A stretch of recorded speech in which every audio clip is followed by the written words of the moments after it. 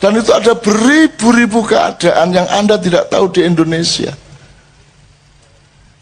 Misalnya ini, kira-kira jumlah koruptor dibanding jumlah yang ditangkap oleh KPK, itu piro ping piro? Roh kan? Gak iso. Jadi begitu banyak hal yang Anda tidak mungkin tahu. Nah, jangan ditambah dengan racun-racun di medsos yang Anda tidak mungkin tahu. Nah, gak mungkin tahu yang nganggo akal sehat. Oh mungkin iki mungkin iki. Iki mungkin. Oke, gak mungkin ini gak masuk akal. Iku tok. Tapi jangan disimpulkan mana yang benar.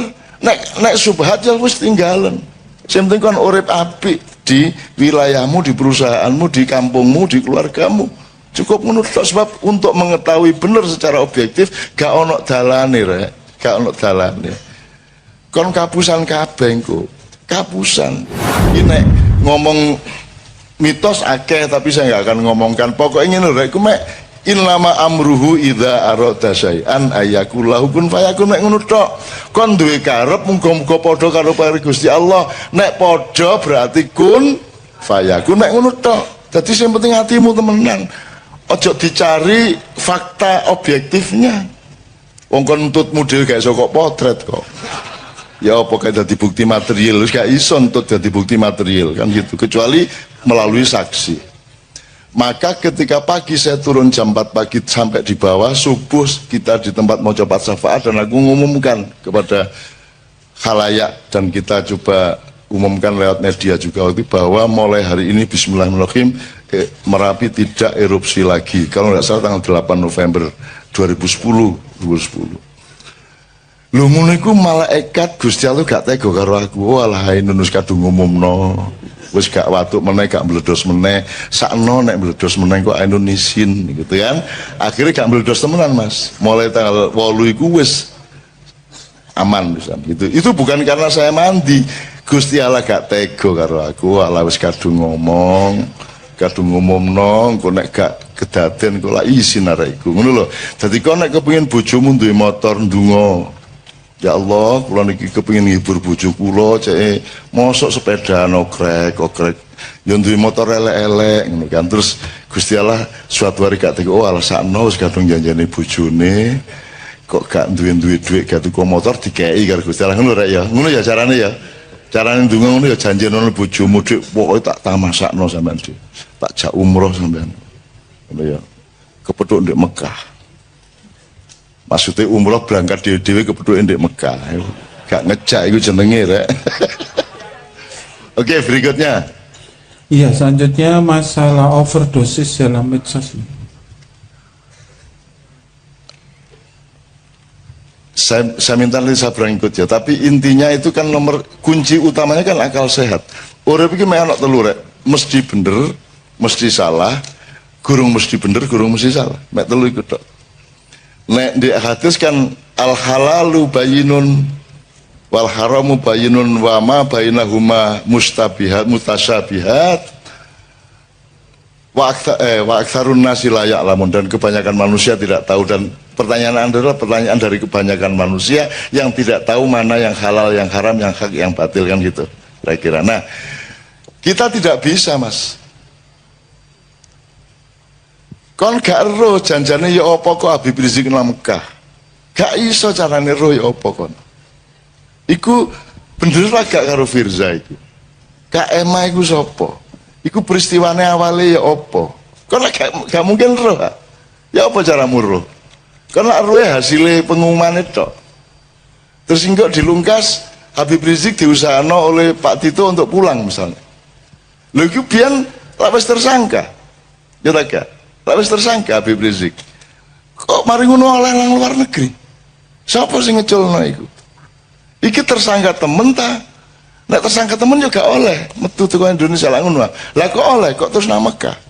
Janjane ya apa kita dene ya apa cara muruh aku takon. Takon sapa kon? Citok iku tok ae. Takon sapa kon? Gak ono sumbere. Dan itu ada beribu-ribu keadaan yang Anda tidak tahu di Indonesia. Misalnya gini, kira-kira jumlah koruptor dibanding jumlah yang ditangkap oleh KPK iku piro ping piro? Roh kon. Gak iso. Jadi begitu banyak hal yang Anda tidak mungkin tahu. Nah, jangan ditambah dengan racun-racun di medsos yang Anda tidak mungkin tahu. Nah, gak mungkin tahu yang nganggo akal sehat. Oh mungkin iki mungkin iki. Iki mungkin. Oke, gak mungkin ini gak masuk akal. Iku tok. Tapi jangan disimpulkan mana yang benar. Nek subhat ya wis tinggalan. Sing penting kon urip apik di wilayahmu, di perusahaanmu, di kampungmu, di keluargamu. Cukup menurut sebab untuk mengetahui benar secara objektif gak ono dalane rek, gak ono dalane. Kon kapusan kabeh engko. Kapusan. Nanti tolong Sabrang nambahi ya. Oke. Berikutnya, nanti saya selesai terus Sabrang nambahi beberapa hal. Ya, selanjutnya beda penjajahan dulu dan sekarang. Jelas Sabrang lagi tadi sudah diomongkan dikit, ini Sabrang yang jawab terus. Ya. Selanjutnya masalah mimpi dengan ketemu dengan Mbah Nun. Iki ya gampang-gampang angel iki. Engko kok arane aku iki senengane ngleboni awakmu pas turu ngono kan. Yo gak rek jan itu semua ciptaan Allah, semua rekayasa Allah, semua irodah dan amrullah. Saya itu hanya bagian dari kehendak Allah, Anda juga bagian dari kehendak Allah. Yang kita cari bukan kebenaran saya datang benar ke mimpimu apa tidak, tetapi bahwa Allah nyambung antara awakmu nang karo aku lak ngono. Iki sing pasti. Awakmu disambung karo aku awakmu disambung awakmu karo aku siji. Fakta yang kedua yang pasti benar adalah kalimat itu harus saya respon. Bahwa Al-Quran itu ada 2 dimensi, ada 3 dimensi. Sing gak bener adalah ngomong aku iki wis 3 dimensi, gak mungkin aku ngomong ngono. Gak mungkin aku ngarani aku iki wis makrifat rek. Gak mungkin aku ngomong ngono lah. Aku tahun ketemu Nabi Khidir nganggo serban kayak Pangeran Diponegoro. Gak tahu, gak kira aku ngomong ngono iku. Aku paling bayangno Pangeran Diponegoro iku nek jajal nek helman ya apa. Jadi aku gak mungkin ngomong ngono, tapi ilmu yang saya omongkan di mimpi Anda itu dalam tanda petik bisa kita cari kebenarannya. Bahwa selama ini Al-Quran kita perlakukan secara akademis. Jadi misalnya ini, sing sopan ya opo nek ngomong tentang Allah Rasulullah, ternyata kesimpulannya adalah yang sopan menurut balai bahasa. Wahai manusia, siapakah engkau? Ngono sing sopan. Rek, ngono gak sopan. Lah ngono sih saiki. Arek-arek kabeh oleh tagak nerjemahan ngono iku secara lisan. Menungso kabeh ya apik ya. Tapi selama ini sopan tidak sopannya kepada Allah ditentukan sebenarnya oleh regulasi dari balai bahasa. Sing dianggap resmi secara akademis ngono sing apik. Nek sing dulinan kaya awake dhewe guyon iki dianggap elek. Terus kita dituduh kok ngono sih karo Gusti Allah. Loh, lagi Jawa Timur ya. Terus ya apa? Kita kan tidak tahu Allah. Gak roblas. Ruweku mek ayang-ayangnya. Ya tak gak? Yang Allah hadirkan ke kita itu yang kita tahu. Tajalinya Allahnya sendiri laisa kamitslihi syai'un. Tan kena yang apa, tan kena gini ndak tahu kita. Ndak mungkin kita tahu Allah. Tapi Allah hadir. Yang kita ketahui adalah kehadiran Allah. Kehadiran Allah itu kita terjemahkan dengan bahasa kita. Sampai ono cerita Madura ngene kalau mau sore surup-surup mek oleh iwak loro. Jari Rahman Rahim sampai ning ngene iki lho ya. Itu guyon-guyon ngono aja dimensone Pak Orek. Itu cara saya untuk memasukkan ke dalam hatimu betapa dekatnya Allah denganmu. Jangan marah berdasarkan pilihan kata dan pilihan bahasa. Sebab kata itu bernilai pada tempatnya. Ada tempatnya, dia ditempatkan di tempat yang berbeda, dia menjadi bernilai berbeda. Ini lah kayak ya. Itu namanya konteks dan nuansa. Ini ya, ya. Nah sekarang Al-Quran 2 dimensi, 3 dimensi tadi itu menurut saya ya berarti kita cari yang multidimensional dari Al-Quran. 3 dimensi itu maksudnya Al-Quran sebagai teks, Al-Quran sebagai fakta alam, dan Al-Quran sebagai fakta manusia. Tapi telu iki janjane ya unda-undi, ngerti unda-undi. Alam ada di manusia, Quran ada di manusia, manusia juga ada di alam, manusia juga ada di Al-Quran, bisa diwolak-walik. Tapi yang penting fil afaqi wa fi anfusikum, rumusnya jadi 3. Ini ada ya. Ya pokoknya didolai hikmahnya aja diserem-seremno ya gitu ya. Aja diserem-seremno, biasa-biasa aja, wajar dan apa namanya? Akurat saja terhadap segala sesuatu. Berikutnya. Ya, selanjutnya masalah anjuran Rasul tentang memanah, renang dan berkuda. Nek prasaku waktu itu guru ngono latihan nembak, guru ngono bedil, guru ngono volleyball, ya guru ngono pingpong gitu. Sudah pasti 3 tadi, berkuda, memanah, dan berenang, itu pasti bisa kita cari filosofinya, pasti. Tapi belum tentu karena filosofi itulah Rasulullah menganjurkan renang, manah, dan naik kuda. Karena waktu itu yang disebut olahraga itu yang paling utama itu. Aerobik guru ngono, kung apa? Sing Cina-Cina itu. Ya yoga guru ngono sapi turut gitu ya. Jadi menurut saya itu gak kok terus sing sunah Rasul. Sunah Rasulnya adalah Anda melatih badan Anda supaya metabolisme yang bagus, supaya jiwa Anda sehat, yang ngono. Itu yang sunah Rasulnya, tidak pada bentuknya. Tapi nek awakmu latihan memanah dalam rangka cinta Rasul, yo apik. Yo apik, berkuda dalam rangka cinta Rasul, yo apik. Yo apik.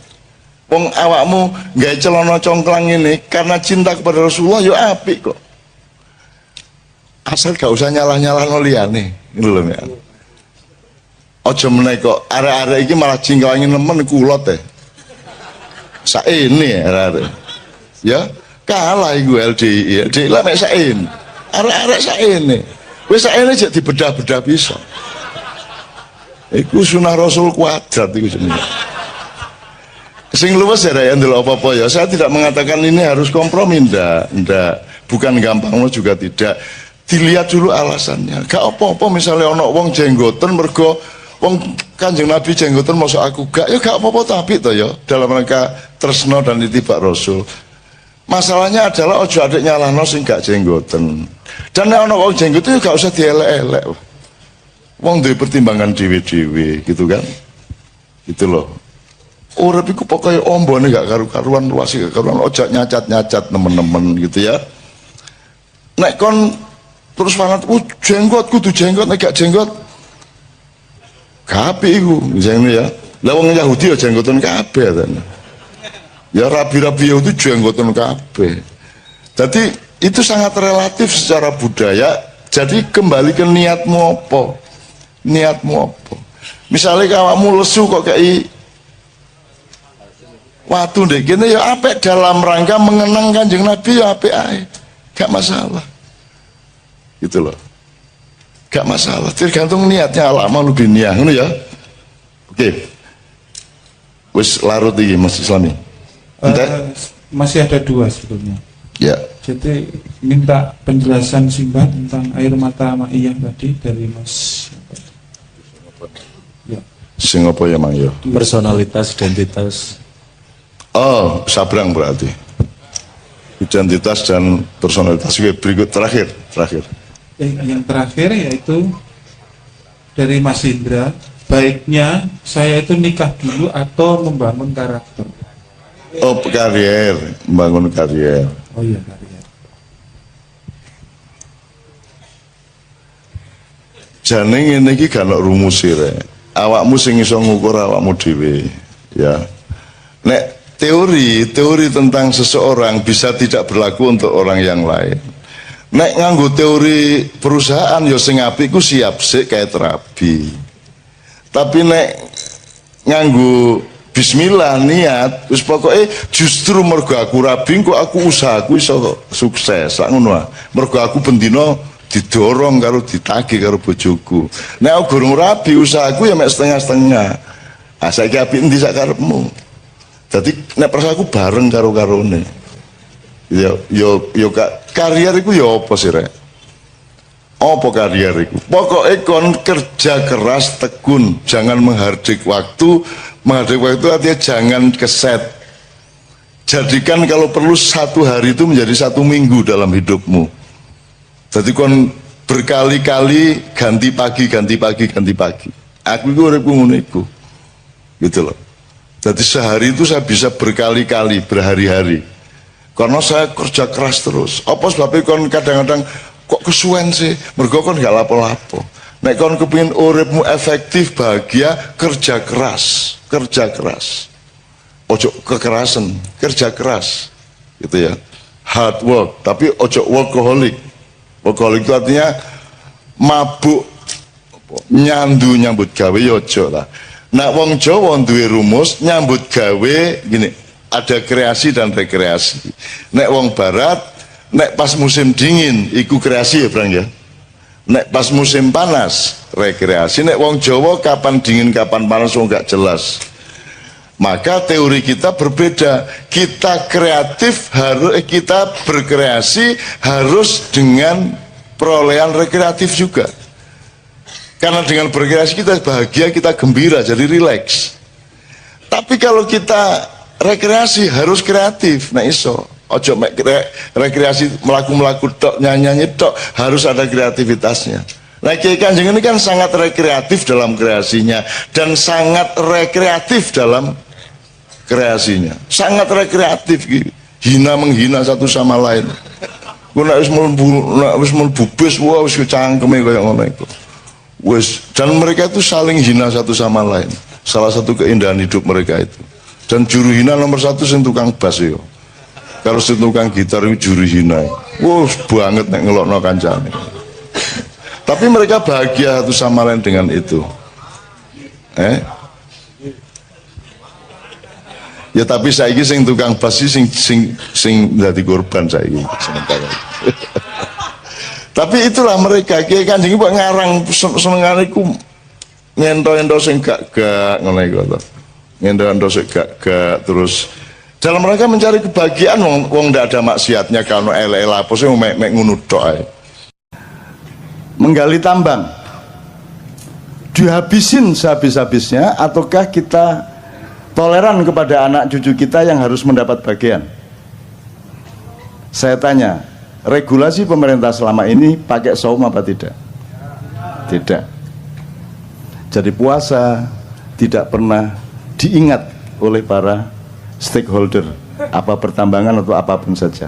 Padahal selamatnya manusia hanya kalau dia mengerti puasa.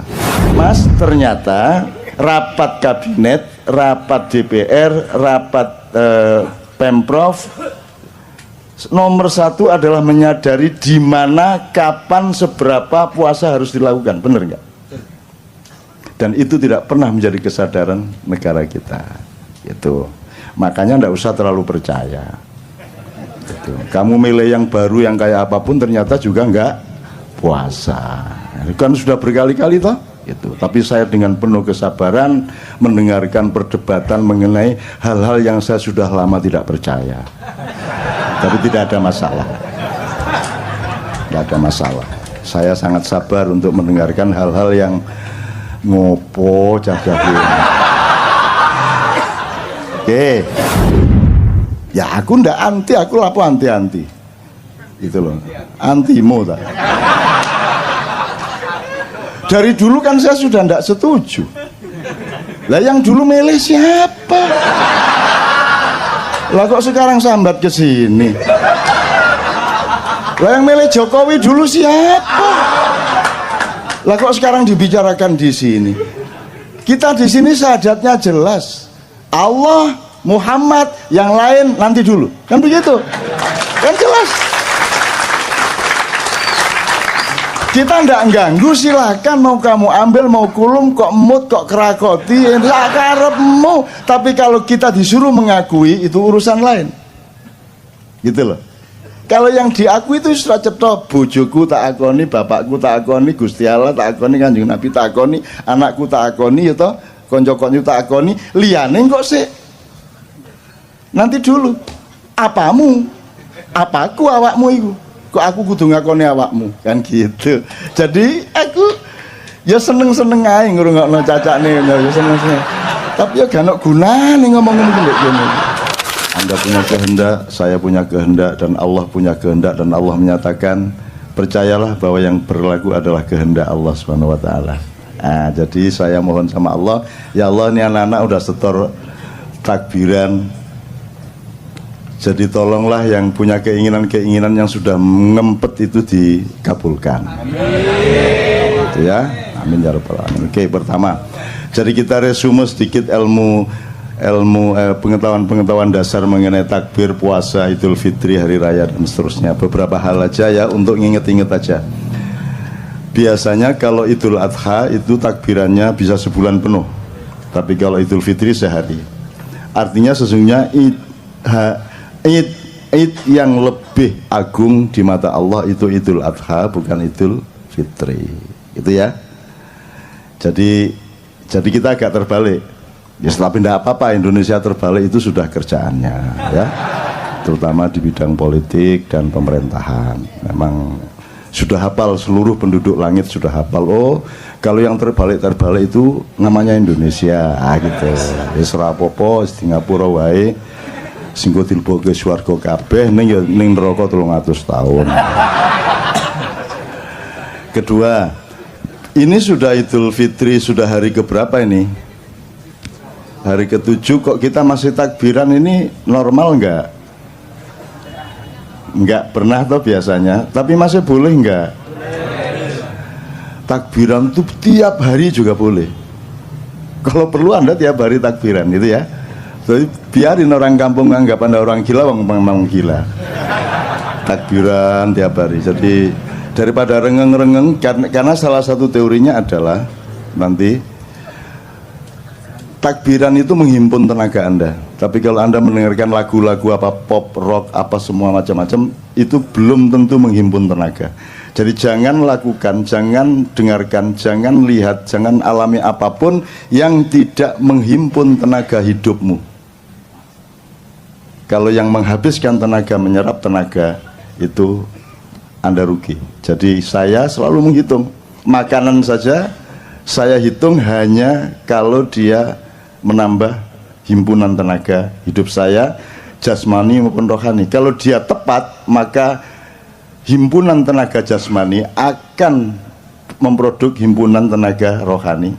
Demikian juga tenaga rohani akan dialektis berakibat pada tenaga jasmani. Itu. Nanti kita dengan manusia syahwat ini kita harus mengenali teori dasar mengenai jasmani rohani ini apa toh jane? Ini dikotomi apa gradasi apa? Ini kita harus kenal gitu. Nanti soal yang dibicarakan mengenai pilkada segala macam itu akan tidak ada gunanya kalau Anda tidak mengenali dasar-dasar dari hidup Anda sendiri gitu. Oke, nomor 2 soal hari raya dan puasa. Anda kalau di desa dulu kan kalau mau puasa malamnya kan diajari bapak-bapak ibu-ibu di musola kan nawaitu saumal ghadi an adai fardhi syahri ramadhana hadhihi sanati fardhon lillahi ta'ala itu zaman dulu. Kalau sekarang pakai rap gitu kan. Nah itu khoti itu kira-kira saya tidak tahu lah. Cuman yang ingin saya omongkan dari kalimat ini itu kan kalimat bikinan kita sendiri. Nawa itu artinya aku berniat, pasten ya, saum puasa besok pagi atas dasar keikhlasan saya kepada Allah gitu. Nah di dalam Al-Quran tidak ada disebut saum tapi siam, gitu, siam Ramadan. Jadi kenapa kok niat Anda nawaitu saumal ghadi kok tidak nawaitu siamal ghadi? Ya enggak apa-apa sebenarnya, enggak ada masalah. Jadi saya ini bukan sedang mempermasalahkan. Cuman kalau ngerti bedanya hidung sama bulunya kan lumayan daripada nggak ngerti bedanya kan gitu kan.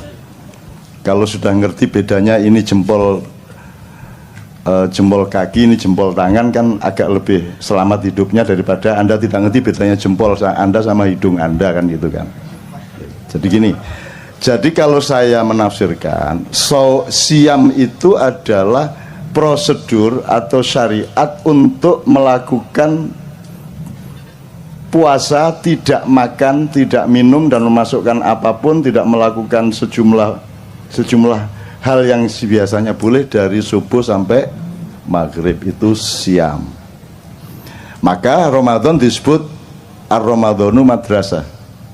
Jadi Ramadan itu adalah diklat, pendidikan kilat 1 bulan. Anda dilatih untuk kembali melakukan siam dari pagi sampai sore, gitu ya. Kalau saum itu segala hal yang sifatnya menahan diri. Sampean sebut satu hal, apa perilaku, apa kerjaan, apa produksi, apa kerjaan, atau apa saja yang tidak ada unsur menahan dirinya, Anda sebut satu saja. Satu saja kerjaan yang tidak ada unsur menahan diri, yang tidak ada unsur mengendalikan diri, yang tidak ada unsur membatasi diri. Satu kerjaan kalau ada. Naik motor, ngegas, ngerem, berarti puasa, saum. Apalagi istri, sebanyak-banyaknya apa Anda batasi satu saja? Satu, saum. Apalagi menggali tambang, dihabisin sehabis-habisnya, ataukah kita toleran kepada anak cucu kita yang harus mendapat bagian? Saya tanya, regulasi pemerintah selama ini pakai saum apa tidak? Tidak. Jadi puasa tidak pernah diingat oleh para stakeholder, apa pertambangan atau apapun saja. Padahal selamatnya manusia hanya kalau dia mengerti puasa. Sound system ini isinya puasa, Mas. Diginiin, dibatasi, digedein ya, Mas ya. Diginiin, ini kegedean dikit bengung, ini kegedean titik ndak balan. Itu isinya ilmu puasa semua, betul ndak? Nah, kamu bikin celana itu kan prinsipnya puasa, kan makanya diukur loh, kakimu panjangnya seberapa, kan begitu, betul ndak? Nah, itu prinsip puasa. Mas, ternyata rapat kabinet, rapat DPR, rapat Pemprov, nomor satu adalah menyadari di mana, kapan, seberapa puasa harus dilakukan, benar nggak?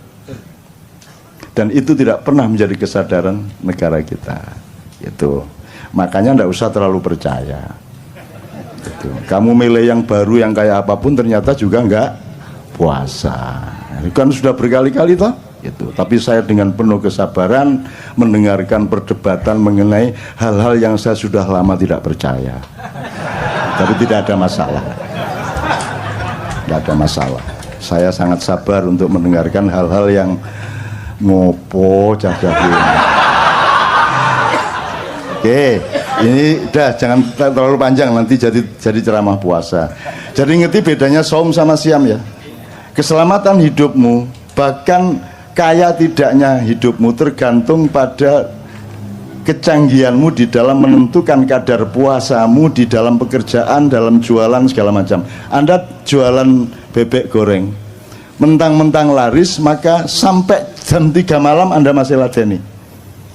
Jadi akhirnya beli bebek lagi untuk supaya Anda bisa goreng lagi. Tapi percayalah, kalau Anda melampiaskan, kalau Anda berhari raya tiap hari di warung Anda, maka usia warung Anda juga tidak akan lama. Kalau Anda membatasi jamnya, pokoknya saya cuman jualan bebek paling banyak 50 atau paling banyak 25, habis tutup. Kayak ceker di Solo, kalau Anda lewat Solo itu buka jam 2 malam, tutup jam 5 pagi. Dah. Pokoknya jam 5 pagi tutup. Pokoknya jam 2 baru buka. Meskipun sudah antri sejak jam 11, pokoknya jam 2 tutup. Kalau Anda punya prinsip puasa seperti, maka Anda memiliki kecenderungan terhadap keawetan atau keabadian. Begitu. Kalau kamu suka apa? Kalau suka makanan apa misalnya di Jakarta? Upamanya soto Betawi. Terus pagi soto Betawi, siang soto Betawi, malam soto Betawi, jam 2 malam soto Betawi. Kira-kira berapa lama usia soto Betawi di mulut Anda? Sebentar aja akan Anda bosan kan? Nah, jadi puasa sebenarnya adalah alat yang paling utama untuk mencapai keabadian. Itu ya saya. Itu salah satu contoh aja. Oke. Jadi sudah jelas ya puasa bedanya. Siam adalah diklat Ramadan. Kalau saum artinya adalah apa saja dalam hidup di mana kamu menerapkan prinsip untuk membatasi diri, menahan diri. Regulasi itu apa? Regulasi itu kan menghitung sesuatu secara akurat, secara tepat. Itu namanya puasa. Kan gitu Mas. Coba mentang-mentang seneng sama istrimu kok keloni ya bendino. Esok kelon, awan kelon, sore kelon. Kate ngantor sih dilu ngadeg duluan. Suwe-suwe bosen dewe mari ngono kan gitu. Maka harus ada puasa. Maka Rasulullah mengatakan makanlah kalau lapar dan berhenti makan sebelum kenyang, maka kamu akan sehat dan lebih lama keawetanmu, gitu ya Rek ya. Terus imsak. Di sini kalau imsak tandanya apa di Jakarta? Pakai teriak imsak gitu. Oh pakai sirine. Sirine. Enggak dong, kalau sirine itu buka, oh bapak ibu-ibu gitu. Kalau di Jogja imsak gitu ya, dari masjid besar Jogja itu Pak Jundi namanya itu, lagunya gitu imsak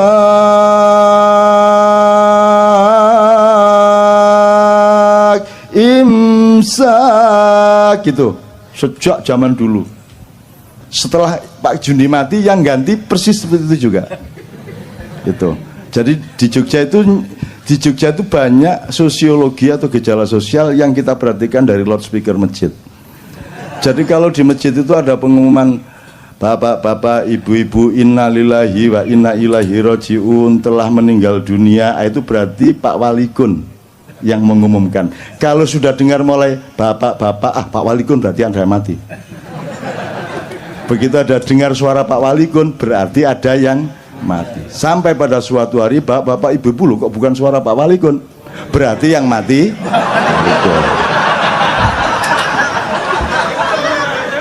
loh. Nyeneng no, hidup itu nyeneng. Dengerin gitu tuh aja sudah seneng kok. Biar gubernursinya siapapun gitu loh. Tapi Anda tuh juga jangan terlalu apa tuh efektivitasnya Anda anti Ahok di sini nih. Oh ini cuma orang-orang lemah kiri-kiri gendut-gendut. Apalah, ndak ada pengaruhnya lah di sini. Ini ndak ada pengaruhnya sama sekali. Anda anti, Anda pro, ndak ada pengaruhnya. Dan negara itu adalah tatanan yang sudah ada sistemnya, ada lembaganya ya. Dan ini sama sekali tidak ada urusan sama negara sebenarnya. Negara itu punya legislatif, yudikatif, eksekutif. Dan semua mobilisasi atau semua sistem yang dijalankan itu kan berdasarkan 3 lembaga dasar itu, sehingga kalau ada sosialisasi di masyarakat pasti berasal dari 3 itu. Nah KJ bukan. KJ ini bukan bagian dari sistem negara. Cuman dia selalu ada karena cintanya melebihi pengurus negara kepada negara. Kan begitu. Mereka kalau kumpul harus ada uang honor, kalau kumpul harus ada SPJ segala macam. Ini enggak. Kumpul enggak jelas. Jadi jangan pamer cinta di sini, karena di sini cinta sudah tidak diomongkan lagi. Cinta sudah menjadi diri mereka. Demikian kita. Kira-kira. Artinya Mas, ya enggak apa-apa, saya oke-oke saja. Anda mau anti mau pro, tapi ya enggak efektif. Oh iki ya sopo arek-arek ya enggak lah. Gitu. Ya aku ndak anti, aku lapo anti-anti. Gitu loh. Antimo ta. Dari dulu kan saya sudah ndak setuju. Lah yang dulu milih siapa? Lah kok sekarang sambat ke sini? Lah yang milih Jokowi dulu siapa? Lah kok sekarang dibicarakan di sini? Kita di sini syahadatnya jelas. Allah, Muhammad, yang lain nanti dulu. Kan begitu? Kan jelas. Kita ndak ganggu, silakan mau kamu ambil, mau kulum, kok emut, kok kerakoti, ya karepmu. Tapi kalau kita disuruh mengakui, itu urusan lain. Gitu loh. Kalau yang diakui itu sudah cetok, bojoku tak akoni, bapakku tak akoni, Gusti Allah tak akoni, Kanjeng Nabi tak akoni, anakku tak akoni, ya toh, konco-konco tak akoni, liyane kok sih. Nanti dulu. Apamu? Apaku awakmu itu? Kok aku kudu ngakoni awakmu, kan gitu. Jadi aku ya seneng-seneng ae ngrungokno cacakne, ya seneng-seneng. Tapi ya gak ono gunane ngomong-ngomong ngene. Tapi wes ya, tapi jadi ini yang namanya kenduri cinta loh. Kita ndak anti, kita cuma ngomong kok. Jadi ya, tak tambah dikit ya. Ini puasa belum selesai loh ya. Ini puasa belum. Artinya saya ngomong puasa belum selesai. Oke, kita belok ke sini sedikit, sekedar untuk referensi. Jadi iblis itu dulu kan gelisah. Loh, ini Adam, kata Allah kan diciptakan sebagai khalifah di bumi. Kan gitu. Ini ja'ilun fil ardi. Lah kok ditaruh di surga? Siapa ini? Siapa yang naruh di surga? Bener nggak? Kan di bumi. Kok di surga? Yang cemas malah iblis. Aneh loh. Jadi yang taat sama Allah sebenarnya siapa? Bingung tak gak kon ya. Nah akhirnya iblis berusaha bagaimana caranya melakukan subversi untuk masuk surga, berusaha supaya membawa Adam ke tempat yang seharusnya, kan begitu, sesuai dengan pilkada dan hasil-hasilnya, kan gitu. Nah ternyata begitu dia mau masuk surga ada naga sangat besar. Wah ini ngelawan naga agak lama juga ini. Akhirnya si iblis pakai ilmu sirep. Terus si ininya ngantuk naganya, terus menguap. Begitu naga menguap, iblis masuk mulutnya, bleng. Terus dia lari pagi di dalamnya, cukup, menunggu si naga nanti beol. Terus dia ikut tainya. Begitu keluar, ekor naga itu ada di dalam surga. Oh no, baru dengar. Oh, saya juga ngarang kok ya. Loh, tapi silakan bantah kalau bisa. Terus begitu masuk surga ternyata ada pasukan lain. Pasukannya itu burung-burung, terutama burung-burung merak. Tapi itu dah tidak saya ceritakan. Pokoknya intinya sampailah dia ke Adam. Emang Adam makhluk bodoh sehingga bisa dipengaruhi iblis? Kan Allah mengatakan inna khalaqnal insana fi. Adam lebih unggul apa lebih rendah dari iblis? Lebih unggul. Ahsani takwim, dia sebaik-baik ciptaan, masterpiece-nya Allah. Masa bisa dipengaruhi iblis? Terus digoda iblis? Ayo, ye. Nggak bisa. Upama saya aja nggak bisa kok digoda iblis. Cuman iblis ini pinter, dia pernah kuliah di IKJ. Jadi iblis menciptakan kostum persis seperti malaikat Jibril. Terus dia pakai, pokoknya penampilannya persis Jibril sehingga Adam, wahai Baginda, ada apa gerangan? Baginda menemui aku, gitu kan? Terus diterima oleh Adam karena yang datang menurut Adam itu Jibril. Terus si Jibril palsu ini tidak menjawab, dia cuman menyeret tangannya Adam untuk mendekati sebuah pohon. Nah, di situ kesalahannya, wala taqraba hadhihi syajarah, jangan dekati pohon itu, kata Allah. Maka karena dia mendekati pohon itu dihukumlah Allah sehingga kemudian Adam dipindah ke bumi, kan begitu. Terus disimpulkan oleh manusia di dunia, berarti di surga itu ada pohon yang tidak boleh didekati, itu disebut pohon terlarang gitu ya. Betul? Pernah dengar pohon terlarang? Saya bilang, kalau di surga ada larangan aku mau rono aku. Surga tidak ada larangan dong, tidak ada pohon terlarang. Pasti harus ada analisis yang lain, bukan pohon larangan. Loh, kalau di surga ada larangan namanya bumi. Ini jangan, itu iya, sengsu jangan. Ngerti sengsu? Oseng-oseng asu.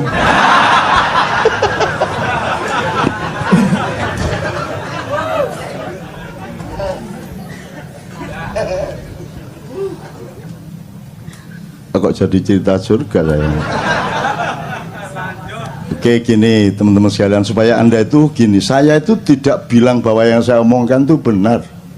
Saya itu ingin memberantas GR-nya setiap manusia di dunia, bahwa begitu dia ngomong, meskipun dia yakini, dia pikir itu benernya bener.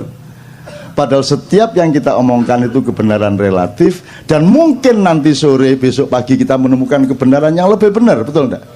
Jadi semua yang saya omongkan itu juga jangan dianggap benar. Bahan saja, siapa tahu melalui omongan ngawur saya itu Anda oleh Allah diberi hidayah untuk menemukan kebenaran. Kan gitu. Jadi jangan percaya sama saya. Sebodoh-bodoh manusia adalah yang percaya kepada saya. Salahmu dewe. Terus nanti Anda masuk surga, ini saya gara-gara percaya sama Cak Nun. Salahmu dewe, kata malaikat Malik. Saya melakukan itu karena saya percaya sama kenduri cinta sama Cak Nun. Terus jare Malik, ya salahmu dewe, arek dapure koyo ngono kok percaya. Jadi jangan percaya saya kesini ini tidak supaya Anda percaya sama saya. Saya kesini ini mengajak Anda untuk percaya yang wajib dan sah dan tepat untuk kita percaya, yaitu Allah dan Rasulullah SAW. Ngono lho ya carane ya. Oke. Kembali ke iblis. Jadi pohon itu bukan pohon larangan, itu pohon. Jadi coba sekarang Anda referensinya gini. Allah itu di Quran, asalkan dia memberi gambaran sesuatu mengenai misalnya kalimat yang baik, peradaban yang baik, kebudayaan yang baik, pemerintahan yang baik, selalu pakai pohon. Wa mathalu kalimatin thayyibatin kasyajaratin thayyibatin atluha thabit wa far'uha fis sama, kan gitu. Jadi pohon itu selalu menjadi idiomatiknya Allah untuk menggambarkan sesuatu. Jadi pohon yang didekati Adam itu karena Adam masih baru akan sekolah di dunia. Kamu jangan dekat-dekat kepada pohon yang kamu tidak akan paham. Itu S3-nya surga. Jadi bukan larangan, gitu loh. Kamu wali kota belum selesai kok kamu sudah gubernur. Gubernur baru sebentar kok sudah presiden. Tak datengin iblis loh nanti. Kira-kira loh ya. Ya aku nggak ngomongin siapa-siapa, aku cuma memberi gambaran-gambar bahwa asosiasimu ke sana memang benar. Tapi kan saya nggak ganggu toh. Saya kan nggak ganggu, saya nggak pernah ngapa-ngapain, saya oke-oke saja. Saya tidak ada urusan sama dunia ini, kamu telan semuanya, aku nggak ada masalah. Gitu loh. Kalau aku anti korupsi, aku tidak eman emasnya, tidak eman duitnya. Tidak boleh aku eman duit atau emas. Yang aku eman adalah kenapa engkau berbuat jahat sehingga akan merugikan dirimu, merugikan anakmu, keluargamu, dan masa depanmu di depan Allah Subhanahu wa Ta'ala. Kan gitu. Oke, yuk iblisnya sudah ya. Teman-teman sekalian, kita kembali ke puasa. Jadi sekarang imsak tadi ya, imsak.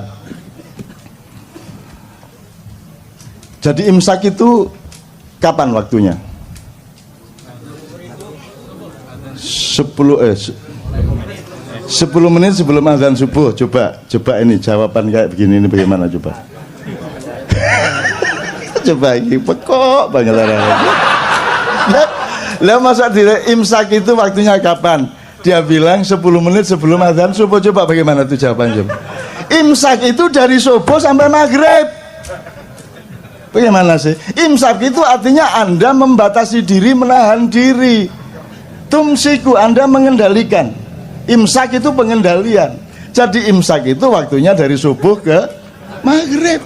Ayo kok tadi jawabnya 10 menit sebelum zuhur. Lara-ara iki. Loh, wong kamu itu urusan satu kata belum beres mau ngurusi Ahok, itu bagaimana? Ya enggak apa-apa, ini guyon deh. Jauh cinta tanpa guyon itu kan bagaikan roti tanpa sambel ya apa gitu. Gitu ya Mas ya. Maka sebenarnya saya sayang sekali kemarin Ramadan tidak bisa ke KC karena giliran sama Leto sama Noe. Sebenarnya saya ingin kasih saran Anda untuk melakukan ijtihad dan eksperimentasi di masjid Anda masing-masing di kampung. Jadi imsak itu ketika 10 menit sebelum subuh itu kan memperingatkan sebentar lagi kamu harus menahan diri. Jadi sebenarnya kata-katanya imsak itu mengingatkan bahwa nanti kamu harus imsak. Bukan ini sudah imsak, bukan. Nah begitu Allahu Akbar, imsak dimulai. Kan gitu. Jam 7 imsak, 8 imsak, 9 imsak, siang imsak sampai jam 4 sampai baru nanti jam 6 kurang dikit baru imsaknya selesai. Jadi saya itu ingin menyarankan Anda mulai Ramadan depan itu sebanyak-banyaknya ucapkan imsak di masjid. Jadi Anda kalau mulai jam 11 mulai agak lapar, Anda ke masjid imsak. Dah. 3 kali gitu ya. Terus nanti jam 1 udah lapar-laparnya itu. Anda ke masjid lagi untuk supaya memberi semangat kepada orang yang berpuasa. Imsak itu saran-saran. Terus jam 3 itu juga sudah mulai wah buka masih lama gitu. Jadi lemes itu ucapkan lagi serentak imsak itu. Ya kira-kira orang sekampung keluar semua dibawain cangkul ndasmu dipakai. Padahal bener nggak yang Anda lakukan? Bener dah. Makanya kebenaran di depan atau di tengah orang yang tidak mengerti kebenaran itu akan menjadi keburukan. Kan begitu. Jadi kalau ada yang berani mencoba saya seneng loh itu. Saya seneng ya. Seneng aku. Kalau ada yang berani, masya Allah, ya Allah. Kalau Anda mati syahid yes.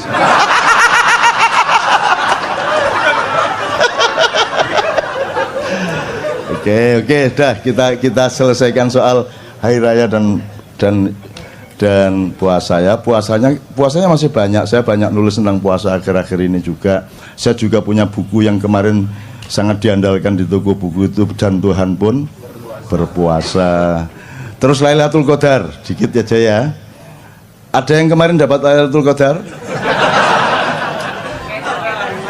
Menurut Anda Lailatul Qadar itu apa, Mas? Lailatul Qadar apa Lailatul Qadar itu kira-kira? Coba Fami. Lailatul Qadar piye mi? Coba mi.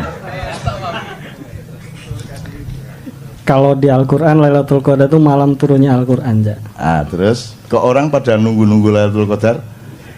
Mungkin karena mereka mendapat informasinya lebih mulia dari 1000 bulan. Nah iya. Terus mereka kan bayangin dapat Lailatul Qadar itu kan dapat rezeki banyak, dapat uang 5 gebok, dapat lotre, ditelepon suruh jadi menteri, gitu kan? Lailatul Qadar gitu kan?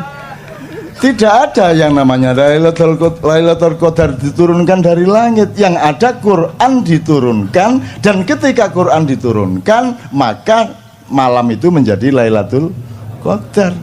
Jadi Lailatul Qadar itu tempatnya, wadahnya, momentumnya, bukan barang yang turun dari langit. Yang turun dari langit adalah Al-Quran. Lah kok kamu menunggu Lailatul Qadar, wong Quran sudah turun dari dulu kok. Kan itu ya apa karepmu? Kok nunggu ini malam ganjil loh, ini Lailatul Qadar. Lah Qur'annya udah turun dari dulu kok. Kok kamu tunggu-tunggu? Iki sebenarnya bagaimana pengertiannya ini? Sudah dari dulu Quran turun kok. Kamu belum lahir Quran wis jangkep kok. Kok kamu tunggu-tunggu Lailatul Qadar? Ayo piye pengertiannya? Ayo coba, Mi. Kira-kira gampang kok, kalau di Ma'iyah gampang jawabnya. Ma'iyah kok. Begitu Al-Quran, entah satu biji ayat, entah satu biji pemaknaan, hikmah atau apapun, kamu pakai dalam hidupmu, berarti dia turun di dalam jiwamu, maka itulah Lailatul Qadar. Kan begitu? Tidak penting siang atau malam. Emang siang dan malam itu bedanya apa? Kalau tidak percaya, tanya sama yang buta. Kalau kamu bedakan siang terang benderang, ngarepe wong picek kan, ayo ngomong. Sebab kalau ada orang buta, misalnya di asrama orang buta, terus Anda jadi saudara, bedanya siang dan malam itu kira-kira ya apa tinarare itu? Sik dolekno watu rek, watu. Jadi malam dan tidak malam, terang dan gelap itu kan hanya urusan panca indera, betul enggak? Begitu panca indera enggak ada, dia sudah tidak gelap, tidak terang. Apakah hidupmu hanya panca indera? Atau lebih tinggi dan lebih dalam dari panca indera? Apakah cinta bisa engkau pandang? Bisa engkau dengarkan? Yang bisa engkau dengarkan adalah ucapan yang seolah-olah mencintaimu. I love you, kamu dengarkan. Tapi cinta yang sejati bisa kamu dengarkan dengan panca inderamu? Nggak bisa kan? Nggak bisa. Maka Lailatul Qadar juga tidak bisa. Jadi Lailatul Qadar itu milikmu, kapan saja kamu ambil ayat itu kamu berlakukan dalam hidupmu, itulah Lailatul Qadar. Maka kita subjeknya, jangan nunggu-nunggu. Begitu malam ganjil ngene ngarepe omah.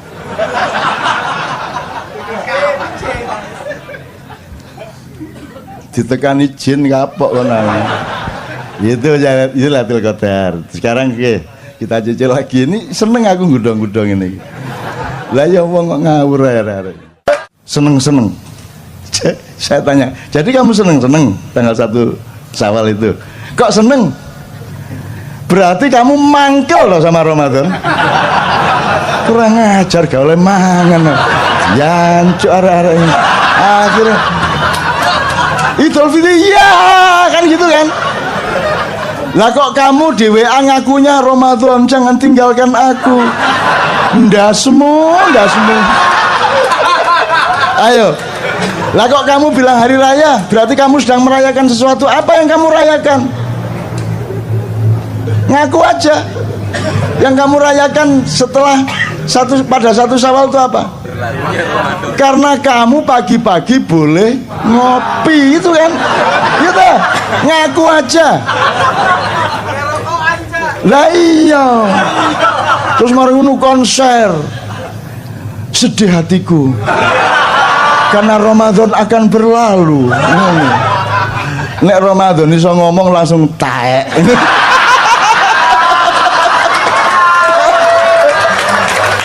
Maka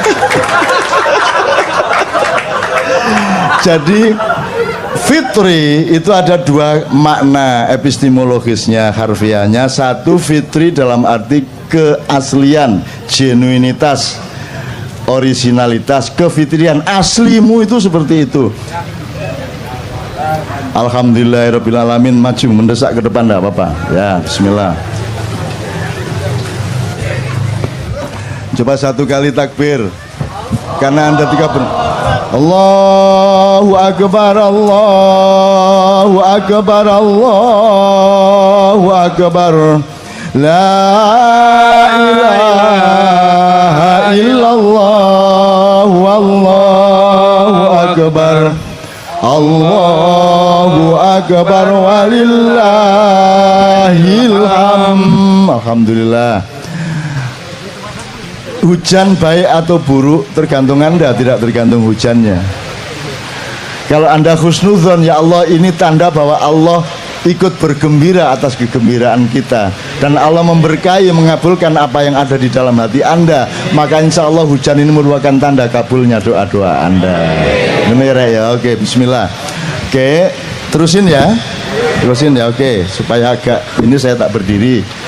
Ya, bismillah. Saya mohon maaf saya tidak bisa melindungi Anda dari hujan. Saya sudah tawar tadi hujannya, tapi aku tidak bisa melindungi mereka wajah hujan. Lo jangan dilindungi, wong aku ini datang untuk mengantarkan rahmat Tuhan gitu. Aku ya udah terusin, kalau sing deres ngono aku. Itu sampai mana tadi? Fitri ada dua macam. Maka ada Idul Fitri kembali ke kesejatian dalam arti kekeluargaan. Anda mudik, ya toh? Anda kembali ke asal usul Anda, kultural, kami kembali ke kampung halaman, sampai nanti kembali kepada sejatinya dirimu itu siapa. Kan puncaknya kesadarannya seperti itu. Nah ini kan prosesnya. Kalau cuma mudik dan kembali ke kampung kan kita bisa bareng-bareng, tapi begitu sudah mulai balik ke dirimu yang sejati, dirimu yang sebenarnya, kan sudah merupakan permenungan atau urusan masing-masing, tafakur masing-masing. Ini yang makna pertama. Yang kedua, kalau saya sarapan, bahasa Arabnya aftur. Kalau sarapan, bahasa Arabnya futur. Kalau makan entah siang, entah sore, entah malam tuh, jadi Idul Fitri itu juga berarti kembali makan. Bahasa Jawanya mbadok maneh. Saya tanya sama Anda, kalau melihat budaya puasa dan hari raya selama ini, Idul Fitri itu bermakna yang pertama apa yang kedua? Yang kedua, yang dirayakan tadi yang pertama apa yang kedua? Yang kedua. Jadi sebenarnya Anda ini binatang apa manusia? Ya tidak apa-apa, ya tidak apa-apa lah. Jadi memang kita sedang seneng-seneng. Aslinya ketika kita khusyuk, yang kita rayakan itu Ramadan. Jadi hari raya itu sepanjang Ramadan. Kalau kita ngomong rohani, karena lebih tinggi mana kebaikan atau kegembiraan? Oke, diatur lagi. Lebih bermakna mana lapar atau kenyang? Lapar. Lebih sehat mana lapar apa kenyang? Lapar. Jadi sebenarnya yang dirayakan itu yang lebih tinggi apa yang lebih rendah? Seharusnya kalau pakai logika ini selama Ramadan itulah hari raya. Tapi kan nek ngunu temen kan yo ngeluh to awake dhewe. Terus kadung gak iso ngunu to ya semua masyarakat. Oke, jadi teman-teman sekalian seperti itu kira-kira. Oke. Kita tata lagi. Saya ingin mengatakan sama Anda ini usianya itu disebut usia milenial. Usia Anda ini 20 katakanlah ya, naik turun dikit sampai 30 naik turun sedikit. Ya. Dia sama saya jiwanya yang milenial. Kecenderungannya adalah nasionalisme Anda lebih tinggi dari para kakak maupun bapak Anda.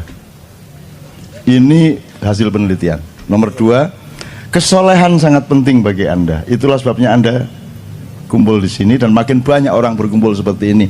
Harap Anda tahu ma'iyahan di mana saja, rutin maupun tidak rutin, yang datang adalah anak-anak muda yang usia milenial itu begitu banyak, sehingga Anda jangan terlalu mengandalkan pemerintahan sekarang sampai 5 tahun, 10 tahun ke depan. Jadi Anda harus punya, kalau mau memperjuangkan sesuatu, Anda harus tahu bahwa oke, untuk 2 tahun ke depan perolehannya paling segini, tapi saya sudah set up untuk ada perolehan kemaslahatan yang lebih tinggi, tapi membutuhkan waktu lebih panjang. Anda harus punya paling tidak 3 jangka. Nah, yang memimpin sekarang ini adalah orang-orang usia yang sudah tidak sama-sama Anda. Disiplinnya, akuntansinya, kesadarannya, kepekaannya. Mereka punya web, mereka masuk internet juga, tapi cara berpikir mereka masih pra-internet. Mereka bisa IT juga dikit-dikit, tapi cara berpikir mereka belum IT. Anda ini sudah manusia IT. Anda sudah memiliki disiplin yang agak berbeda dengan mereka. Anda lihat, pedagang-pedagang, pengusaha-pengusaha muda, entrepreneur muda, itu sekarang usianya 16, 17, 18, yang jual tahu bulat itu anak-anak sangat remaja. Jadi kita akan punya Indonesia masa depan insya Allah lebih bagus karena manusianya satu, kesolehan penting bagi mereka. Nomor 2, nasionalismenya lebih tinggi. Nomor 3, entrepreneurship-nya lebih tinggi daripada kakak dan bapak mereka. Dan mereka inilah orang-orangnya. Jadi saya tidak menghitung yang sekarang-sekarang ini. Kalau sekarang ini kan sudah, coba yang bisa bikin puisi terlanjur judulnya. Udah apa saja kasih kata terlanjur. Tinggal kamu daftar. Ngerti nggak maksud saya? Apa wis? Bagaimana keadaanmu sekarang? Ya terlanjur. Gimana gubernurmu? Ya terlanjur. Presidenmu? Ya terlanjur. Pokoknya semua. Gimana ibadahmu selama ini? Ya terlanjur, kacau kemarin. Nah, kita tidak hanya hidup sekarang, kita akan hidup 5 tahun lagi, insya Allah 10 tahun lagi. Dan Anda akan memimpin Indonesia 10-15 tahun lagi. Dan Indonesia akan pasti lebih baik. Dan mereka yang sekarang menguasai Anda tidak dengan mudah seperti mereka menguasai pemimpin-pemimpinmu hari ini. Mereka sekarang hamba sahaya dari dragon-dragon. Tapi Anda bukan hamba sahaya. Anda adalah manusia Indonesia baru. Anda punya cara berpikir. Jadi kan saya pernah pesan 4 ya. 1, akidah dan akhlak. Jadi ketuhanan dan moralmu harus beres. Nomor 2, Anda harus militeristik kepada diri Anda. Berani kerja keras, berani kurang tidur. Dan Anda saya latih toh untuk tidak tidur. Ya toh? Seluruh Indonesia loh ini kayak gini nih. Sampai sekarang anak SMP, anak SD sudah ikut maiyahan. Dan jam 3 pagi masih gitu. Anak SD. Ya, Anda lihat sendiri di mana-mana, di Gresik, di Malang, di mana begitu. Anda Kopassus, Anda Denjaka. Anda punya jiwa militer kepada dirimu sendiri, tapi Anda adalah penyayang kepada orang lain. Itu ya, itu syarat yang kedua. Syarat ketiga, Anda harus paham akuntansi. Anda harus punya muhasabah. Anda punya perhitungan berbeda dengan kemarin. Sekarang anak-anak masih kuliah sudah bisa kaya raya melalui bisnis online, melalui ada inovasi-inovasi baru, panganan macam-macam. Baru-baru semua, betul enggak? Ono kodok campur gatul, ono semua macam-macam.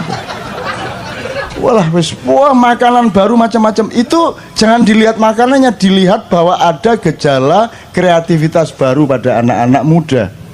Dan itu di mana-mana, Mas. Di mana-mana, Mas. Anda ke Jogja sekarang, itu perkembangannya 3-4 kali lipat dibanding 5 tahun yang lalu. Karena anak-anak muda. Makanya saya senang ketemu Anda supaya saya tidak terlalu ketinggalan zaman. Dan saya sedang ngecek diriku, kalau aku masih kompatibel padamu, berarti aku masih tidak saya nggak kudet. Lawannya kudet apa? Jadi saya juga tidak boleh, saya juga harus bisa ngoprek. Saya juga harus smartphone, nggak hanya jailbreak.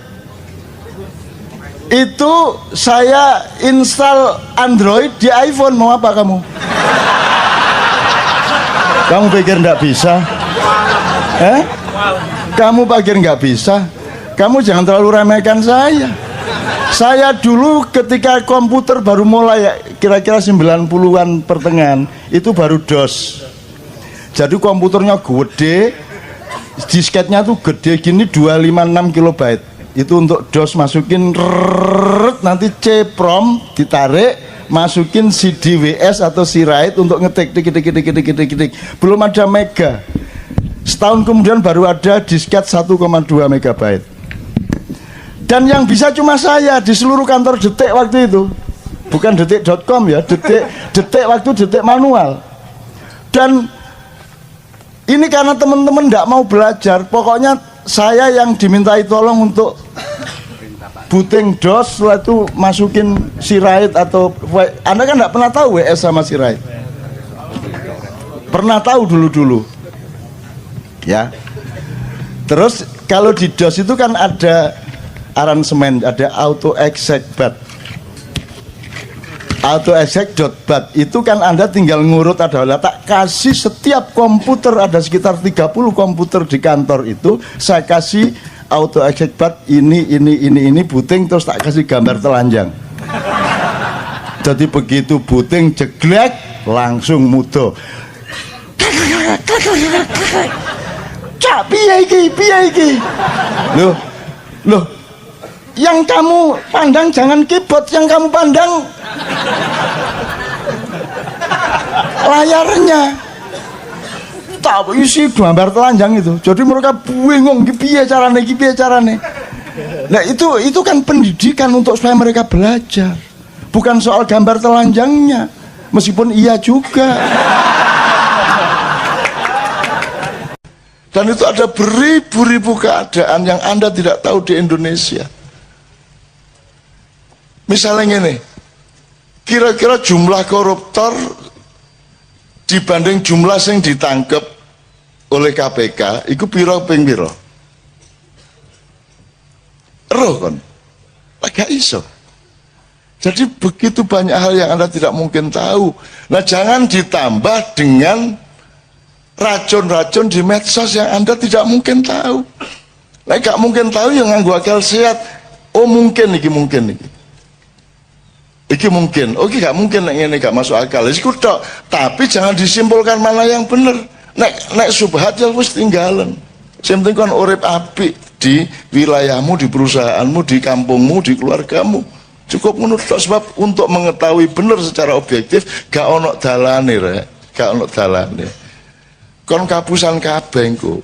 Kapusan. Ini ngomong mitos akeh tapi saya nggak akan ngomongkan. Pokoknya ngene rek, ku mek innama amruhu idza arada syai'an ayakullahu kun fayakun. Nek ngono tok. Kon duwe karep muga-muga padha karo Gusti Allah. Nek padha berarti kun fayakun. Nek ngono tok. Dadi sing penting hatimu temenan. Ojo dicari fakta objektifnya. Wong kon nuntut model gak iso kok potret kok. Ya apa kayak dadi bukti material, gak iso nuntut dadi bukti material kan gitu, kecuali melalui saksi.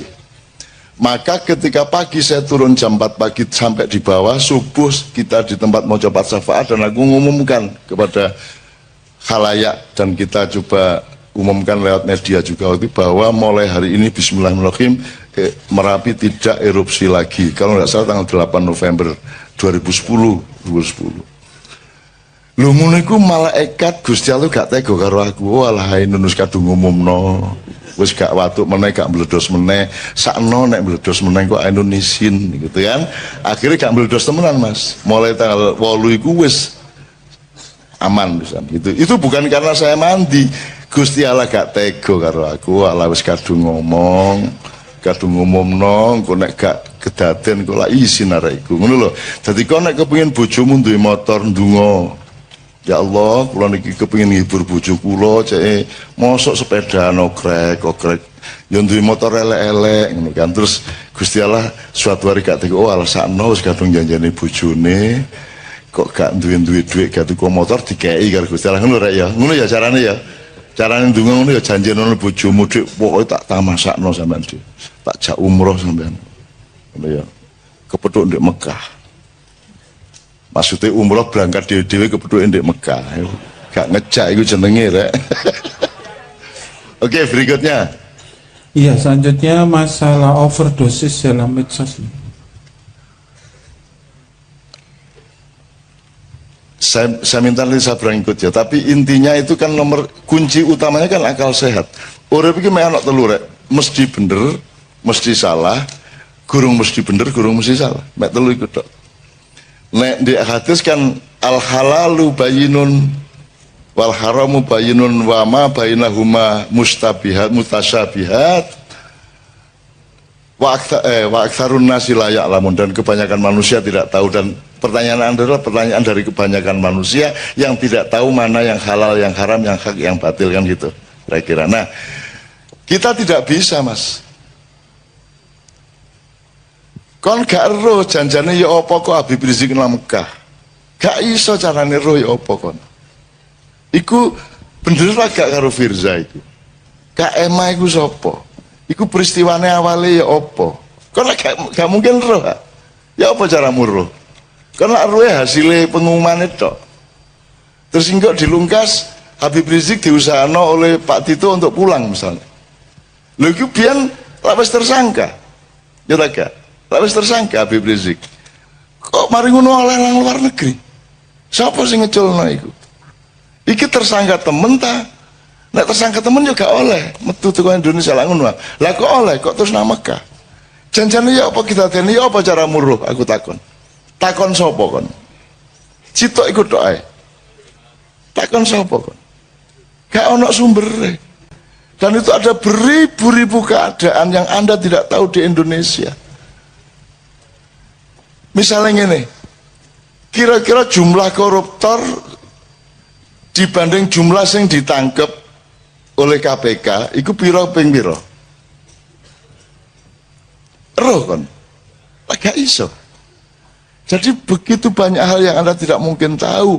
Nah jangan ditambah dengan racun-racun di medsos yang Anda tidak mungkin tahu.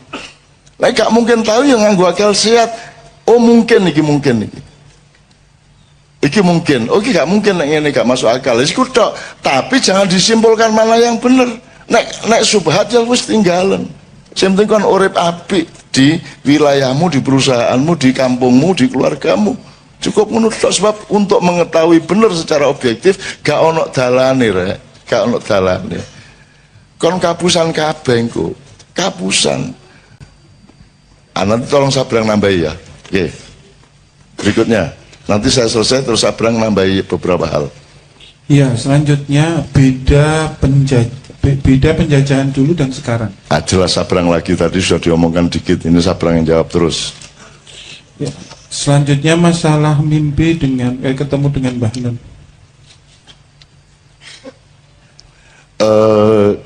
Iki ya gampang-gampang angel iki. Engko kok arane aku iki senengane ngleboni awakmu pas turu ngono kan. Yoga rek jane itu semua ciptaan Allah, semua rekayasa Allah, semua iroda dan amrullah. Saya itu hanya bagian dari kehendak Allah, Anda juga bagian dari kehendak Allah. Yang kita cari bukan kebenaran saya datang benar ke mimpimu apa tidak, tetapi bahwa Allah nyambung antara awakmu nang karo aku lak ngono. Iki sing pasti awakmu disambung karo aku nang awakmu disambung awakmu karo aku siji. Fakta yang kedua yang pasti benar adalah kalimat itu harus saya respon. Bahwa Al-Quran itu ada 2 dimensi, ada 3 dimensi. Sing gak bener adalah ngomong aku iki wis 3 dimensi, gak mungkin aku ngomong ngono. Gak mungkin aku ngarani wah aku iki wis makrifat rek. Gak mungkin aku ngomong ngono lah. Aku tahun ketemu Nabi Khidir nganggo serban kayak Pangeran Diponegoro. Gak tahu, gak kira aku ngomong ngono iku. Aku paling bayangno Pangeran Diponegoro iku nek jajal nek helman ya apa. Jadi aku gak mungkin ngomong, tapi ilmu yang saya omongkan di mimpi Anda itu dalam tanda petik bisa kita cari kebenarannya.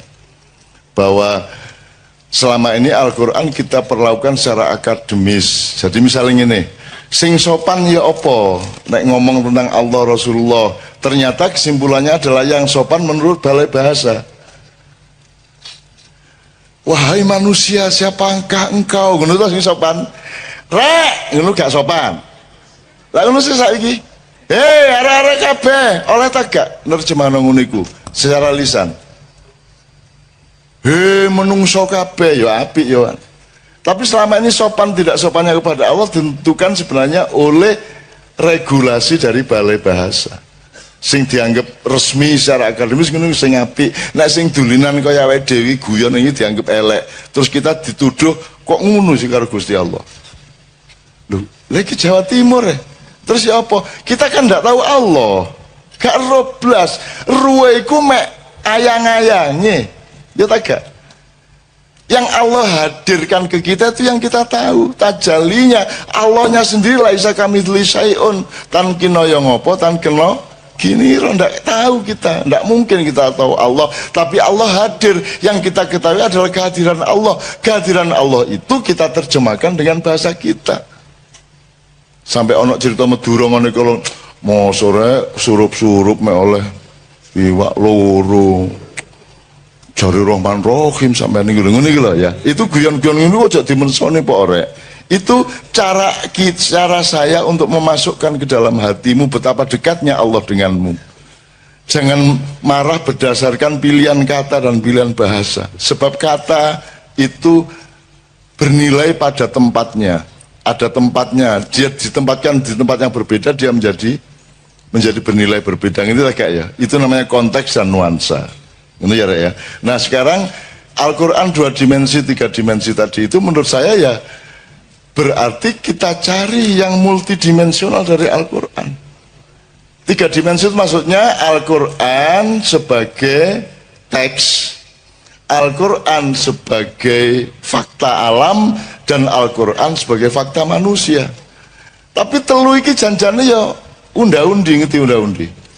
Alam ada di manusia, Quran ada di manusia, manusia juga ada di alam, manusia juga ada di Al-Quran, bisa diwolak-walik. Tapi yang penting fil afaqi wa fi anfusikum, rumusnya jadi 3. Ini ada ya. Ya pokoknya didolai hikmahnya aja diserem-seremno ya gitu ya. Aja diserem-seremno, biasa-biasa aja, wajar dan apa namanya? Akurat saja terhadap segala sesuatu. Berikutnya. Ya, selanjutnya masalah anjuran Rasul tentang memanah, renang dan berkuda. Nek prasaku waktu itu guru ngono latihan nembak, guru ngono bedil, guru ngono volleyball, ya guru ngono pingpong gitu. Sudah pasti 3 tadi, berkuda, memanah dan berenang, itu pasti bisa kita cari filosofinya, pasti. Tapi belum tentu karena filosofi itulah Rasulullah menganjurkan renang, manah dan naik kuda, karena waktu itu yang disebut olahraga itu yang paling utama itu aerobik guru ngono, kung apa sing Cina-Cina itu ya, yoga guru ngono sapi turut gitu ya. Jadi menurut saya itu gak kok terus sing sunah Rasul itu. Sunah Rasulnya adalah Anda melatih badan Anda supaya metabolisme yang bagus, supaya jiwa Anda sehat, yang ngono. Itu yang sunah Rasulnya, tidak pada bentuknya. Tapi nek awakmu latihan memanah dalam rangka cinta Rasul, yo apik. Yo apik, berkuda dalam rangka cinta Rasul, yo apik. Yo apik. Wong awakmu gawe celana congklang ini karena cinta kepada Rasulullah, yo apik kok. Asal gak usah nyalah-nyalah no liyane, ngono lho ya. Aja meneh kok arek-arek iki malah jingkangin nemen kulot teh. Saene arek-arek. Ya, kalah iku LDI. LDI lah mek saen. Arek-arek saene. Wis saene jek dibedah-bedah bisa. Iku sunah Rasul kuadrat iku jenenge. Sing luwes ya ndelok apa-apa ya. Saya tidak mengatakan ini harus kompromi, ndak. Bukan gampang juga tidak. Dilihat dulu alasannya. Gak apa-apa misalnya ono wong jenggoten mergo wong Kanjeng Nabi jenggoten masuk aku gak, ya gak apa-apa tapi to ya dalam rangka tresno dan itibak Rasul. Masalahnya adalah ojo adek nyalahno sing gak jenggoten. Dan nek ono wong jenggoten ya gak usah dielek-elek. Wong duwe pertimbangan dhewe-dhewe gitu kan. Itu loh. Urip iku pokoke ombone gak karu-karuan, luas gak karuan, ojo nyacat-nyacat temen-temen gitu ya. Nek kon terus banget, jenggot, kudu jenggot, nek gak jenggot kabeh iku, misalnya ya. Lah wong Yahudi ya jenggotan kabeh kan. Ya rabi-rabi Yahudi jenggotan kabeh. Jadi itu sangat relatif secara budaya. Jadi kembali ke niatmu apa? Niatmu apa? Misalnya kamu lesu kok kayak waktu deh gini ya apik dalam rangka mengenang Kanjeng Nabi ya apik ae. Gak masalah. Gitu loh, gak masalah, tergantung niatnya. Al-amal binniyah, ngono ya. Oke, wis larut iki Mas Islami. Masih ada 2 sebetulnya. Ya. Jadi minta penjelasan singkat tentang air mata ma'iyah tadi dari Mas. Ya. Sing apa ya Mang ya? Personalitas, identitas. Oh, sabrang berarti. Identitas dan personalitas. Oke, berikut terakhir. Yang terakhir yaitu dari Mas Indra, baiknya saya itu nikah dulu atau membangun karakter. Oh, karier, membangun karier. Oh iya, karier. Jane ngene iki gak ono rumus rek. Awakmu sing iso ngukur awakmu dhewe, ya. Nek teori tentang seseorang bisa tidak berlaku untuk orang yang lain. Nek nganggo teori perusahaan ya sing apik ku siap sik kayak terapi. Tapi nek nganggo bismillah niat wis pokoke justru mergo aku rabi kok aku usahaku iso sukses sak ngono wae. Mergo aku bendina didorong karo ditagih karo bojoku. Nek aku gurung rabi usahaku ya mek setengah-setengah. Ah saiki apik endi sak karepmu. Jadi nek perasaanku bareng karo karone. Yo karier iku yo apa sih rek? Apa karier iku? Pokoke kon kerja keras tekun, jangan menghardik waktu. Menghardik waktu artinya jangan keset. Jadikan kalau perlu 1 hari itu menjadi 1 minggu dalam hidupmu. Jadi kon berkali-kali ganti pagi. Aku itu uripku ngono iku. Gitu loh. Jadi sehari itu saya bisa berkali-kali, berhari-hari. Karena saya kerja keras terus. Apa sebabnya kon kadang-kadang kok kesuwen sih? Mergo kon gak lapo-lapo. Nek kon kepengin uripmu efektif, bahagia, kerja keras. Ojo kekerasan, kerja keras. Gitu ya. Hard work, tapi ojo workaholic. Workaholic itu artinya mabuk nyambut gawe ya ojo lah. Nah wong Jawa duwe rumus nyambut gawe gini, ada kreasi dan rekreasi. Nek wong barat nek pas musim dingin iku kreasi ya Bang ya. Nek pas musim panas rekreasi. Nek wong Jawa kapan dingin kapan panas wong gak jelas. Maka teori kita berbeda. Kita kreatif harus kita berkreasi harus dengan perolehan rekreatif juga. Karena dengan berkreasi kita bahagia, kita gembira, jadi rileks. Tapi kalau kita rekreasi harus kreatif. Nah iso, ojo rekreasi melaku tok, nyanyi tok, harus ada kreativitasnya.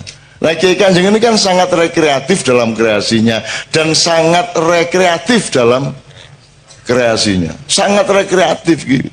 Hina menghina satu sama lain. Ku nek wis mlebu bis wah wis cangkeme kaya ngono iku. Dan mereka itu saling hina satu sama lain. Salah satu keindahan hidup mereka itu. Dan juru hina nomor 1 sing tukang bass yo. Kalau sing tukang gitar itu juru hina. Wah banget nek ngelokno kancane. Tapi mereka bahagia satu sama lain dengan itu. Ya tapi saiki sing tukang bass sing dadi korban saiki sementara. Tapi itulah mereka, Kiai Kanjeng Ibu ngarang senengane iku ngento-ento sing gak ngono iku to. Ngento-ento sing gak terus dalam mereka mencari kebahagiaan wong ndak ada maksiatnya kalau elek-elek apa sih mek ngono tok ae. Menggali tambang dihabisin sehabis-habisnya ataukah kita toleran kepada anak cucu kita yang harus mendapat bagian? Saya tanya, regulasi pemerintah selama ini pakai saum apa tidak? Tidak. Jadi puasa tidak pernah diingat oleh para stakeholder, apa pertambangan atau apapun saja. Padahal selamatnya manusia hanya kalau dia mengerti puasa. Mas, ternyata rapat kabinet, rapat DPR, rapat Pemprov nomor 1 adalah menyadari di mana, kapan, seberapa puasa harus dilakukan, benar nggak? Dan itu tidak pernah menjadi kesadaran negara kita. Itu makanya nggak usah terlalu percaya. Itu. Kamu milih yang baru yang kayak apapun ternyata juga nggak puasa. Kan sudah berkali-kali toh. Itu. Tapi saya dengan penuh kesabaran mendengarkan perdebatan mengenai hal-hal yang saya sudah lama tidak percaya. Tapi tidak ada masalah. Tidak ada masalah. Saya sangat sabar untuk mendengarkan hal-hal yang ngopo cah-cah. Oke. Ya aku ndak anti, aku lapo anti-anti. Gitu loh. Antimo tak. Dari dulu kan saya sudah ndak setuju. Lah yang dulu milih siapa? Lah kok sekarang sambat ke sini? Lah yang milih Jokowi dulu siapa? Lah kok sekarang dibicarakan di sini? Kita di sini syahadatnya jelas. Allah, Muhammad, yang lain nanti dulu. Kan begitu? Kan jelas. Kita ndak ganggu, silakan mau kamu ambil, mau kulum, kok mut, kok kerakoti, ndak karepmu. Tapi kalau kita disuruh mengakui itu urusan lain. Gitu loh. Kalau yang diakui itu sudah cetha, bojoku tak akoni, bapakku tak akoni, Gusti Allah tak akoni, Kanjeng Nabi tak akoni, anakku tak akoni ya toh, kanca-kanca tak akoni, liyane kok sik. Nanti dulu. Apamu? Apaku awakmu iku? Kok aku kudu ngakoni awakmu? Kan gitu. Jadi aku ya seneng-seneng ae ngrungokno cacakne ya seneng-seneng. Tapi ya gak ono gunane ngomongin iki lho kene. Anda punya kehendak, saya punya kehendak, dan Allah punya kehendak, dan Allah menyatakan percayalah bahwa yang berlaku adalah kehendak Allah Subhanahu wa taala. Nah, jadi saya mohon sama Allah, ya Allah ini anak-anak udah setor takbiran. Jadi tolonglah yang punya keinginan-keinginan yang sudah ngempet itu dikabulkan. Amin. Gitu ya. Amin ya rabbal alamin. Oke, pertama. Jadi kita resume sedikit pengetahuan dasar mengenai takbir, puasa, Idul Fitri, hari raya dan seterusnya. Beberapa hal aja ya untuk nginget-inget aja. Biasanya kalau Idul Adha itu takbirannya bisa sebulan penuh. Tapi kalau Idul Fitri sehari. Artinya sesungguhnya Id yang lebih agung di mata Allah itu Idul Adha, bukan Idul Fitri. Itu ya. Jadi kita agak terbalik. Ya tapi tidak apa-apa, Indonesia terbalik itu sudah kerjaannya ya. Terutama di bidang politik dan pemerintahan. Memang sudah hafal, seluruh penduduk langit sudah hafal. Oh, kalau yang terbalik itu namanya Indonesia gitu. Wis ora apa-apa, Singapura wae. Sing dilebokke swarga kabeh ning neraka 300 tahun. Kedua, ini sudah Idul Fitri, sudah hari keberapa ini? Hari ke-7 kok kita masih takbiran, ini normal enggak? Enggak pernah toh biasanya, tapi masih boleh enggak? Takbiran tuh tiap hari juga boleh. Kalau perlu Anda tiap hari takbiran gitu ya. Jadi biarin orang kampung anggap Anda orang gila, memang gila. Takbiran tiap hari. Jadi daripada rengeng-rengeng, karena salah satu teorinya adalah nanti takbiran itu menghimpun tenaga Anda. Tapi kalau Anda mendengarkan lagu-lagu apa pop, rock, apa semua macam-macam, itu belum tentu menghimpun tenaga. Jadi jangan lakukan, jangan dengarkan, jangan lihat, jangan alami apapun yang tidak menghimpun tenaga hidupmu. Kalau yang menghabiskan tenaga, menyerap tenaga, itu Anda rugi. Jadi saya selalu menghitung makanan saja, saya hitung hanya kalau dia menambah himpunan tenaga hidup saya, jasmani maupun rohani. Kalau dia tepat, maka himpunan tenaga jasmani akan memproduk himpunan tenaga rohani. Demikian juga tenaga rohani akan dialektis berakibat pada tenaga jasmani. Itu nanti kita dengan manusia syahwat ini kita harus mengenali teori dasar mengenai jasmani rohani ini apa toh jane. Ini dikotomi apa gradasi apa, ini kita harus kenal gitu. Nanti soal yang dibicarakan mengenai pilkada segala macam itu akan tidak ada gunanya kalau Anda tidak mengenali dasar-dasar dari hidup Anda sendiri gitu. Oke, nomor 2 soal hari raya dan puasa. Anda kalau di desa dulu kan kalau mau puasa malamnya kan diajari bapak-bapak ibu-ibu di musola kan nawaitu saumal ghadi an adai fardhi syahri ramadhana hadhihi sanati fardhon lillahi ta'ala itu zaman dulu. Kalau sekarang pakai rap gitu kan. Nah itu som khoti itu kira-kira saya tidak tahu lah. Cuman yang ingin saya omongkan dari kalimat ini, itu kan kalimat bikinan kita sendiri. Nawa itu tuh artinya aku berniat, pasten ya. Saum, puasa besok pagi atas dasar keikhlasan saya kepada Allah gitu. Nah, di dalam Al-Quran tidak ada disebut saum tapi siam gitu. Siam Ramadan. Jadi kenapa kok niat Anda nawaitu saumal ghadi, kok tidak nawaitu siamal ghadi? Ya enggak apa-apa sebenarnya, enggak ada masalah. Jadi saya ini bukan sedang mempermasalahkan. Cuman kalau ngerti bedanya hidung sama bulunya kan lumayan daripada nggak ngerti bedanya kan gitu kan. Kalau sudah ngerti bedanya ini jempol kaki, ini jempol tangan, kan agak lebih selamat hidupnya daripada Anda tidak ngerti bedanya jempol Anda sama hidung Anda kan gitu kan. Jadi gini, jadi kalau saya menafsirkan siam itu adalah prosedur atau syariat untuk melakukan puasa, tidak makan, tidak minum dan memasukkan apapun, tidak melakukan sejumlah hal yang biasanya boleh dari subuh sampai maghrib, itu siam. Maka Ramadan disebut ar-Ramadhanu madrasah. Jadi Ramadan itu adalah diklat, pendidikan kilat 1 bulan. Anda dilatih untuk kembali melakukan siam dari pagi sampai sore gitu ya. Kalau saum itu segala hal yang sifatnya menahan diri. Sampean sebut satu hal, apa perilaku, apa kerjaan, apa produksi, apa kerjaan, untuk apa saja yang tidak ada unsur menahan dirinya Anda sebut. Satu saja. Satu saja kerjaan yang tidak ada unsur menahan diri, yang tidak ada unsur mengendalikan.